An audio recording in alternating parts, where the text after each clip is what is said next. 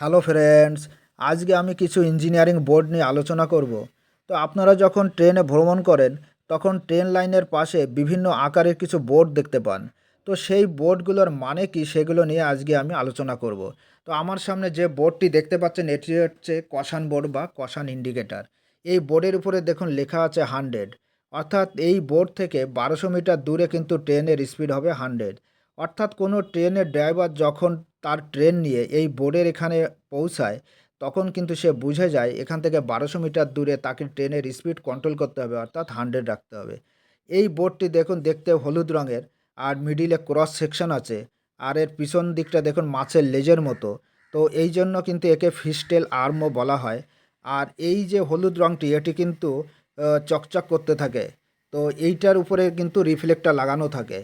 আর এবার যে বোর্ডটি দেখতে পাচ্ছেন এটি হচ্ছে টিজি বা টার্মিনেশন ফর গুডস। তো এই বোর্ডটি কোথায় থাকে? এই বোর্ডটি থাকে, মনে করুন কোনো সেকশানে কোনো অবস্ট্রাকশন আছে, আর সেই সেকশানের সব থেকে যে বড় লম্বা গুডস ট্রেনটি থাকে তার মাপেই কিন্তু এই টিজি বোর্ডটি বসানো হয়। T for termination, G for goods. অর্থাৎ কোনো মালগাড়ির ড্রাইভার যখন তার ট্রেন নিয়ে এই টিজি বোর্ডের কাছে পৌঁছায় তখন কিন্তু সে বুঝে যায় পিছনে যদি কোনো অবস্ট্রাকশন থাকে বা স্পিড রেস্ট্রিকশন থাকে সেটি ক্লিয়ার হয়ে গেছে। এর দেখুন যে পোস্টটি ওটি কিন্তু জেব্রা ক্রসিংয়ে থাকে, অর্থাৎ সাদা কালো থাকে। দেখুন যত পোস্ট আছে সবগুলোই জেব্রা ক্রসিং থাকে। এবার যে বোর্ডটি দেখতে পাচ্ছেন এটি হচ্ছে লুপ ক্লিয়ার বোর্ড। উপরে টি মানে হচ্ছে টার্মিনেশন। অর্থাৎ পিছনে যদি কোনো ট্রেন লুপ থেকে বের হয় আর সেই বের হতে হতে ট্রেনের ড্রাইভার যখন ট্রেন নিয়ে এই বোর্ডের এখানে পৌঁছায় তখন সে বুঝে যায় তার পিছনে যে ট্রেনের পোর্শনটি ছিল সেটি ক্লিয়ার হয়ে গেছে, অর্থাৎ লুপ ক্লিয়ার হয়ে গেছে। তো এখান থেকে কিন্তু ট্রেনের ড্রাইভার ট্রেনের স্পিড বাড়িয়ে দেয়। অর্থাৎ সে লুপে নর্মালি কি হয়, লুপে স্পিড কম থাকে। তো এবার আমি যে বোর্ডটি দেখাবো এটি হচ্ছে টিপি, অর্থাৎ termination for passenger. Normally passenger ট্রেনের জন্য এই বোর্ডটি দেওয়া হয়। আর জি মানে হচ্ছে গুডস।